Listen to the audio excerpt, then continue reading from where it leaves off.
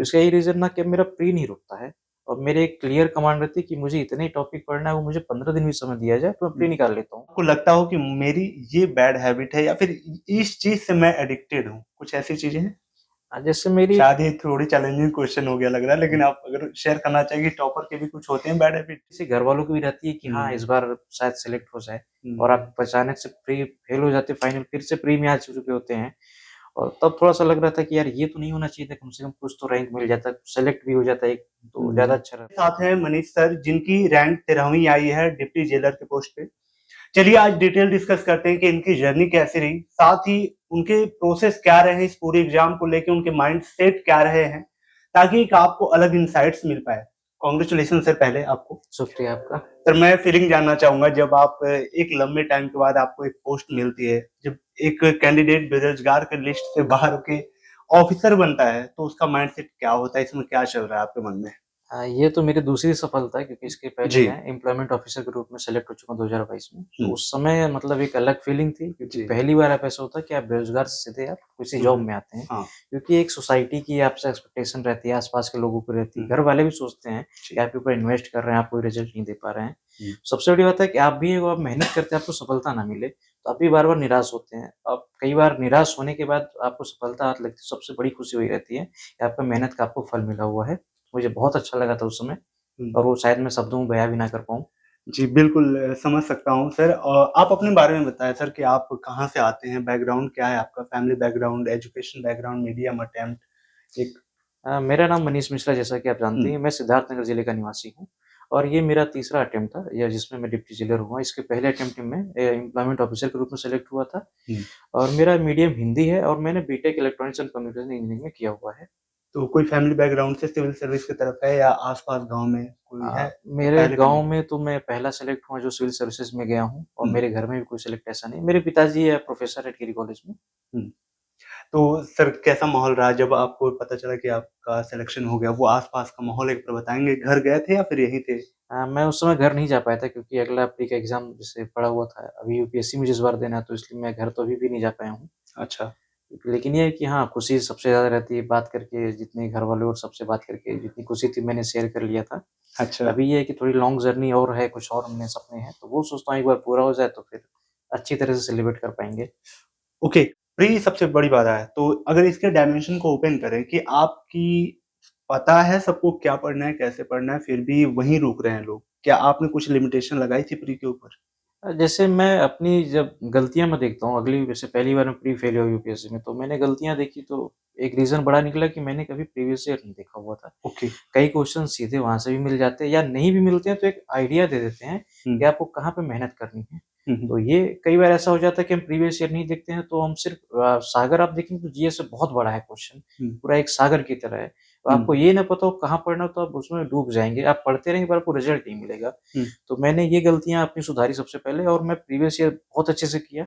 हुँ। इसका यही रीज़न ना कि मेरा प्री नहीं रुकता है और मेरे एक क्लियर कमांड रहती है कि मुझे इतने टॉपिक पढ़ना है, वो मुझे 15 दिन भी समय दिया जाए तो मैं हुँ। प्री निकाल लेता हूँ। कि मुझे ये पता है कि मुझे पढ़ना कितना है। आप ये बहुत बड़ी स्टेटमेंट बोल रहे हो क्योंकि ये आपका गट्स है और आपका भरोसा है। अगर आप अपने इस भरोसे को थोड़ा-सा शेयर करें, मेबी उनको एक वैल्यू मिलेगी कि आपको जो रेंज पता है कि ये यहाँ से रेंज आ रही है, जी। उस रेंज को थोड़ा-सा ओपन जैसे मैं बताना चाहूँगा कि आप सबसे पहले आप कम से कम 10 सालों का प्रीवियस ईयर लीजिए। उसमें आप देखिए, आप सब सब्जेक्ट वाइज़ निकालिए कि अगर जो हिस्ट्री पूछ रहा है तो मॉडर्न, एंशिएंट और मेडिवल में हुँ, कहाँ-कहाँ से क्वेश्चन किस पार्ट में आए हुए हैं। हुँ, तो आप देखेंगे आप वो 100% सिलेबस आप देखेंगे 30% सिलेबस में सबसे ज़्यादा क्वेश्चन आए हुए हैं। हुँ, तो आप 30% मार्क कर लेंगे मुझे जैसे एग्ज़ाम जब आना रहेगा तो आप 30% में ज़्यादा फ़ोकस करेंगे। हुँ, आप पढ़िए सारा बट ऐसा 30% आप 6 से 7 बार रिवीज़न करिए कि ओके। अगर जो वहाँ से क्वेश्चन आते हैं तो आपको गलत होने की संभावना एकदम ना रहे।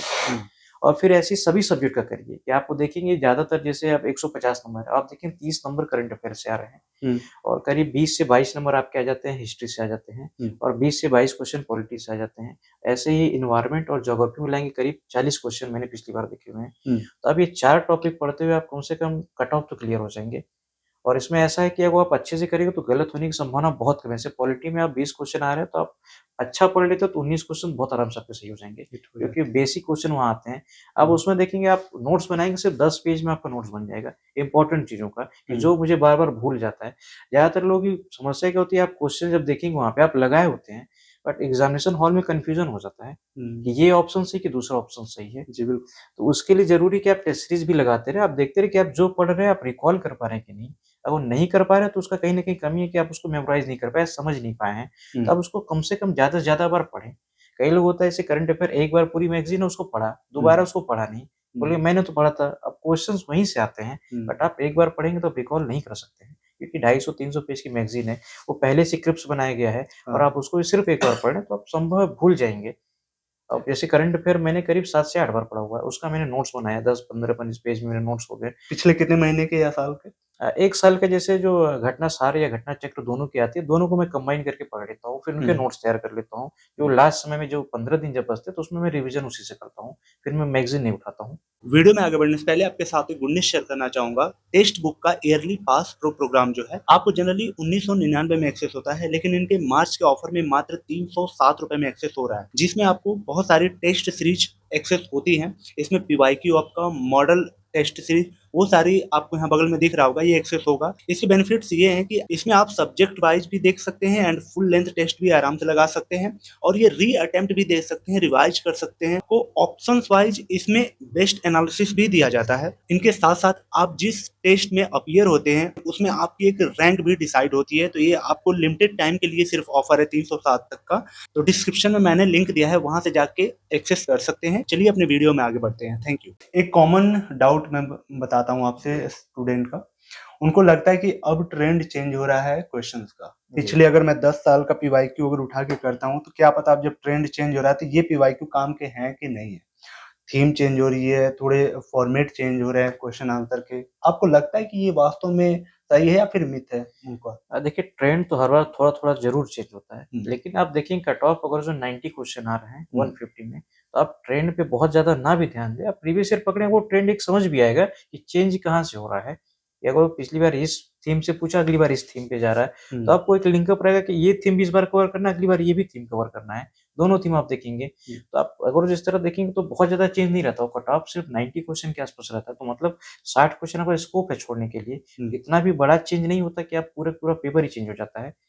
बेसिक क्वेश्चन जैसे स्टैटिक में तो बहुत चेंज नहीं होना है। बिल्कुल। उसमें हर बार आप देखेंगे कि जैसे गांधी जी हो गए, वहाँ से लेके आप लास्ट तक देखें 47 तक मैक्सिमम क्वेश्चन वहीं से आते हैं। बस फॉर्मेटिंग चेंज हो बस जाती है। फॉर्मेटिंग थोड़ा चेंज होता है। तो आप हुँ, डिटेल में से आपके समय समय है अगर जो 1 हुँ, साल आप तैयारी लेके चल रहे हैं, तो आप डिटेल में पढ़ना कोशिश करिए। क्योंकि डिटेल जब तक आप नहीं पढ़ेंगे तब तक बहुत सारे कन्फ्यूज़न आएँगे। मतलब लास्ट महीने में सिर्फ मैराथन देख के काम नहीं चलेगा। नहीं, उससे तो बिल्कुल नहीं होने वाला है क्योंकि देखिए आप मतलब ऑब्जेक्टिव पेपर एक बार को आप निकाल लेते हैं, लेकिन आगे मेंस भी है। तो आप हाँ, डिटेल नहीं पढ़े रहेंगे तो आप मेंस में कुछ नहीं कर सकते हैं। मैराथन क्लास आप देखते थे? मैंने आज तक कभी यूट्यूब में बहुत कम प्रयोग करता हूँ। तो सिर्फ आप हार्ड कॉपी से ही मैं ज़्यादा। ज़्यादातर कोशिश करता हूँ अगर जैसे बहुत लोग होता है कि पीडीएफ पढ़ते हैं हर हुँ, बार को लेके, तो हुँ, उसमें क्या होता है आप मार्किंग नहीं कर सकते, कुछ ज़्यादा कुछ हुँ, कर नहीं सकते हैं हुँ। और दूसरी समस्या आई आपकी कॉन्टैक्ट आई बहुत। कॉन्ट आँख भी आपकी खराब हो जाएँगी। उससे अच्छा हुँ, है कि आप उसको प्रिंट आउट लाइए। आप उसमें कम से कम 4 बार लाइन करेंगे, जो इम्पोर्टेंस को डबल लाइन करेंगे, स्टार बनाएँगे, हुँ। उसका वो पढ़ने में ज़्यादा सहजता रहेगी। ठीक है सर, आप ग्रेजुएशन कब पास आउट हुए थे? मेरा 2016 में ग्रेजुएशन तो पास आउट सर हुआ। 16 से लेके आप 2022 में भी पहली सफलता मिली थी जी। आपको।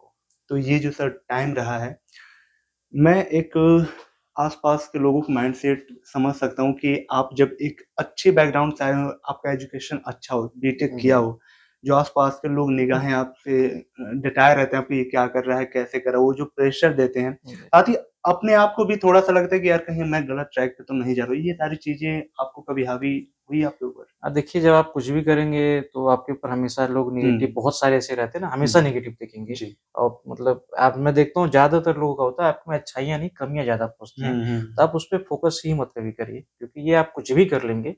आपको हमेशा ही सुनने को मिलेगा। तो ज़्यादा अच्छा है कि आप मेहनत करते रहिए, आप मेहनत से अपना जवाब दीजिए। सबसे अच्छा वही है, जब आप सेलेक्ट हो जाएँगे तो सभी के टोन बदल जाएँगे। सही बोल रहे हो आप अब तक के इस ड्यूरिंग प्रिपरेशन जी। कोई ऐसा दिन या टाइम या मोमेंट जो आपको लगता है कि मेरा लाइफ में नहीं होना चाहिए था या फिर कुछ ऐसी घटना हो जो आपको अब तक जैसे सिलेक्शन के टाइम जो है मैं करीब 66 बीपीएससी जब मैं दे रहा था, तो उस समय मुझे उम्मीद थी कि मैं उसमें मैंने बहुत बेहतर किया हुआ था। मुझे हुँ, था कि मैं सेलेक्ट हो जाऊँगा उसमें कहीं न कहीं। हाँ, बट जब रिज़ल्ट आया उसमें मैं 1 नंबर से फाइनल सिलेक्शन नहीं हुआ। तो वो शायद दिन था कि मैं बहुत ज़्यादा दुखी था उस चीज़ को लेके। तो अब ये लगता है कि आप यहाँ तक पहुँच के फिर वापस प्री में पहुँच जा रहे हैं हाँ, पूरा और फिर जैसे जो उम्मीदें जैसे घरवालों की भी रहती है कि हाँ, हुँ, इस बार शायद सेलेक्ट हो जाए और हुँ, आप अचानक से प्री फेल हो जाते हैं, फाइनल फिर से प्री में आ चुके होते हैं। और तब थोड़ा-सा लग रहा था कि यार ये तो नहीं होना चाहिए था, कम से कम कुछ तो रैंक मिल जाता, सेलेक्ट भी हो जाता एक तो ज़्यादा अच्छा रहता। और उसी समय 2021 का भी फाइनल रिज़ल्ट आता है, तो हाँ, उसमें भी मैं फेल हो जाता हूँ। तो हाँ। एक साथ 2 बड़े झटके लगते हैं, वो भी फाइनल से लगते हैं। तो शायद ज़्यादा डिस्टर्बिंग टाइम था मेरे लिए 1 साल वो, क्योंकि लग रहा था कि आप एक बार 2-2 इंटरव्यू दे के बैठे हुए हैं, अचानक से फिर प्री पे आ चुके हैं। मन नहीं किया छोड़ दो? एक बार को लग रहा था, लेकिन फिर लगा छोड़ूँगा तो फिर यही लगेगा कि आपने जो रास्ता चुना हाँ। वहाँ पे गिव अप कर दिए। हुँ, तो फिर हुँ। कल को आप गलत एग्ज़ाम्पल सेट होंगे। कल को कोई बोलेगा कि यार मुझे भी ये करना है, तो लोग बोलेंगे यार हाँ, उन्होंने भी किया था, मैं देखो भी नहीं छोड़ कर पाए। हुँ, तो मैं नहीं चाहता था मैं एक गलत एग्ज़ाम्पल सेट करूँ, इसलिए मैंने फिर से अपनी स्टडी देखी। कुछ मुझे लगा कमियाँ मेंस में थी, वो मैंने मेंस में फिर से काम किया, टेस्ट सीरीज़ लिखा अच्छे से हुँ। और फिर मुझे लगा कि हाँ, इस बार कुछ ना कुछ मिल जाना चाहिए और ऐसा हुआ भी। होप गाइस ये वीडियो आपको अच्छी लग रही होगी, कैसी लग रही कमेंट करते चलें। अगर कोई क्वेश्चन छूट रहा हो, वो भी कमेंट करें ताकि मैं अगले किसी टॉपर टीचर कैंडिडेट से वो चीज़ें पूछता चलूँगा। ये वीडियो थोड़ी-सी डिटेल्ड में लेके चल रहा हूँ, कैसे पढ़ना है, क्या पढ़ना है, आप सब जानते हैं। लेकिन ड्यूरिंग प्रिपरेशन ये जो चीज़ें आपके आस-पास होती हैं, ये भी आपको जानना ज़रूरी है कि एक टॉपर के लाइफ में ये सारी चीज़ें भी होती हैं। तो कैसी लग रही है कमेंट करते चलिएगा। अब चलते हैं आपको डिटेल स्ट्रैटेजी के ऊपर, मेंस पे आते हैं सर के। इनकी अप्रोच क्या रही है? सर मेंस को कैसे देखते हैं आप? मेंस में सबसे ज़रूरी है कि आपको लिखना बहुत अच्छे से आना चाहिए। हुँ, जैसे आप प्रेज़ेंट कर रहे हैं कोई चीज़, जैसे आप सिंपल देखिए एग्ज़ाम्पल देख सकते हैं। मान लीजिए आपको पास किसी को खाना सर्व करना हो, हुँ, आप उसको व्यवस्थित ढंग से नहीं रखे, सब एक जगह डाल दिए हैं, हुँ, तो वो देखने में अच्छा नहीं लगेगा। हुँ, भले ही आपका खाना टेस्टी हो, पर उसको पसंद नहीं आएगा। पसंद नहीं बट आया। अगर आप उसको अच्छे से मतलब व्यवस्थित कर देते हैं, अलग-अलग कटोरी में हर चीज़ रख देते हैं, तो हुँ। देखने में अच्छा लगेगा, उसको खाने में अपने आप स्वाद आएगा। कुल मिला के कहना ये चाह रहे हैं कि जो एग्ज़ामिनर आपका जी। कॉपी चेक कर रहा है, पहले ही निगाह में उसको आपका अच्छा आंसर दिखना पसंद आ चाहिए। जाना चाहिए। तो ज़्यादातर क्वेश्चन में करिए कि आप कुछ ना कुछ अलग करिए, इनोवेटिव करिए। हुँ, तो आप इनोवेटिव करेंगे तो उसको मन भी करेगा पढ़ने का और आधा नंबर 1/4 नंबर बढ़ा देता है आपका, सोचिए। हुँ, 1/4 पे 60 क्वेश्चन टोटल आते हैं जीएस में। हुँ। तो अब 60 क्वेश्चन से आपके 30 नंबर आपके ऐसे ही बढ़ गए और 30 नंबर आप समझ सकते हैं कि रंग आप डिसाइड कर बाहर होने सकते के हैं। लिए है और हुँ, हुँ, अंदर हुँ, होने हुँ। के लिए बहुत अंतर करता है। सही कह रहे हो। एक मेरा जनरली क्वेश्चन जी। आपसे ये है कि बहुत बार क्या होता है कि हम पिछले 10 साल के क्वेश्चन कर रहे होते हैं। जी, क्या हम उसमें से कुछ ऐसा कर सकते हैं कि पता हो हमें कि ये जो पीवाईक्यू है, जी। इस चैप्टर से है, तो क्या हम चैप्टर वाइज़ कुछ कीवर्ड, कुछ टर्मिनोलॉजी अपने नोट्स में लिख सकते हैं क्या? चैप्टर वाइज़ की मैं बात कर रहा हूँ, वो आपको हेल्प कर सकती है एग्ज़ाम में? हाँ, बिल्कुल, जैसे आप पीवाईक्यू सॉल्व करेंगे आपको हर चैप्टर से पता चलेगा कि हुँ, इसमें सिर्फ़ 5-6 टॉपिक हैं, हुँ, इम्पोर्टेंट हैं। हुँ, तो आप उसमें ही आप ज़्यादा फ़ोकस करिए, हुँ, क्योंकि ऐसे क्या होता है आप पूरे टॉपिक पढ़ने चलेंगे, पता चले एंशिएंट है, आप उसको पढ़ रहे हैं। अब हाँ, उसमें 12 टॉपिक हैं, आप देख रहे हैं सिर्फ़ 1 या 2 टॉपिक से उसके मैक्सिमम क्वेश्चन आ जाते हैं। हुँ, तो आप 2 टॉपिक को अच्छे से पढ़िए और बाकी एक बार गो थ्रू हो जाइए कि हुँ। बाई चांस वहाँ पे उसने चला गया क्वेश्चन पूछने के लिए, तो आप उसको भी कर सकें। आपकी कंप्लीट बुक लिस्ट क्या है सब्जेक्ट वाइज़?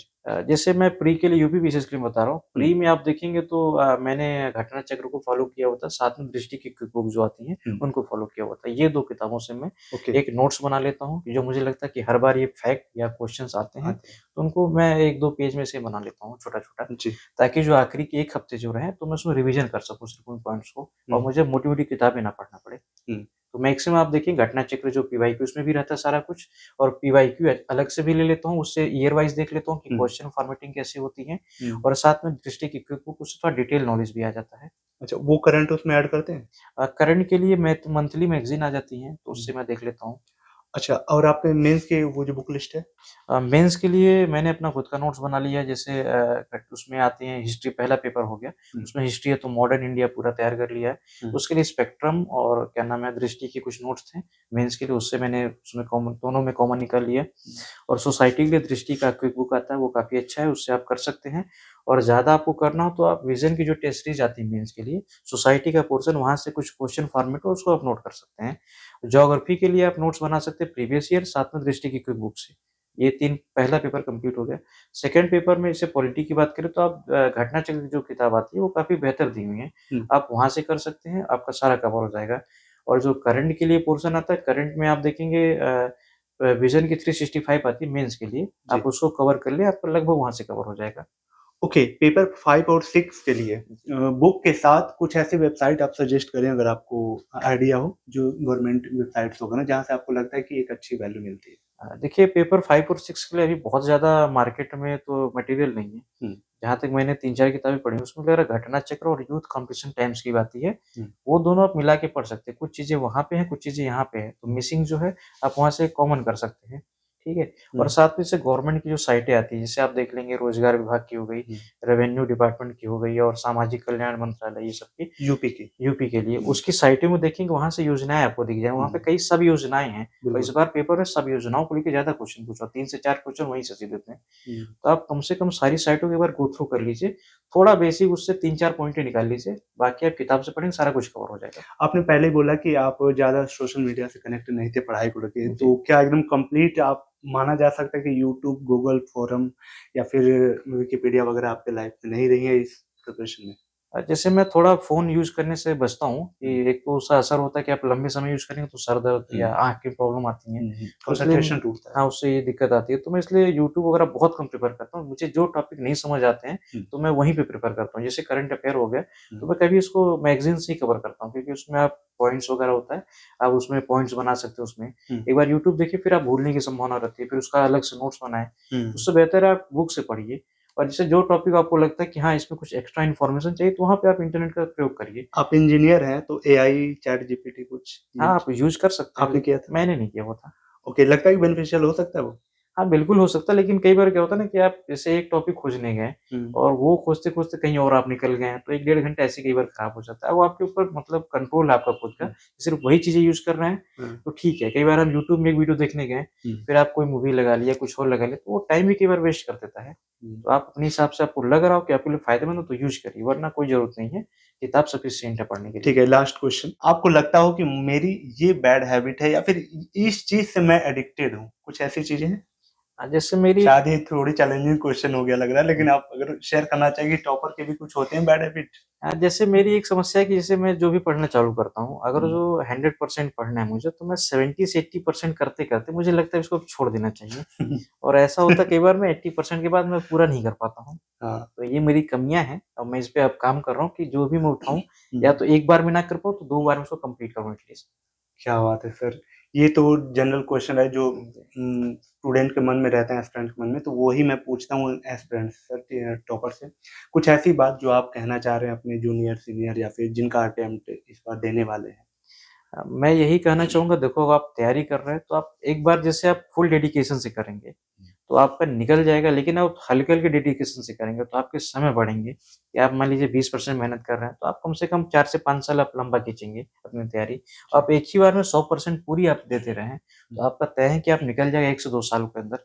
इसलिए ज़्यादा कोशिश करिए कि अपनी गलतियाँ खोजिए, या अगर प्री में आप फेल हो रहे, तो आप देखिए फेल ही क्यों हो रहे हैं?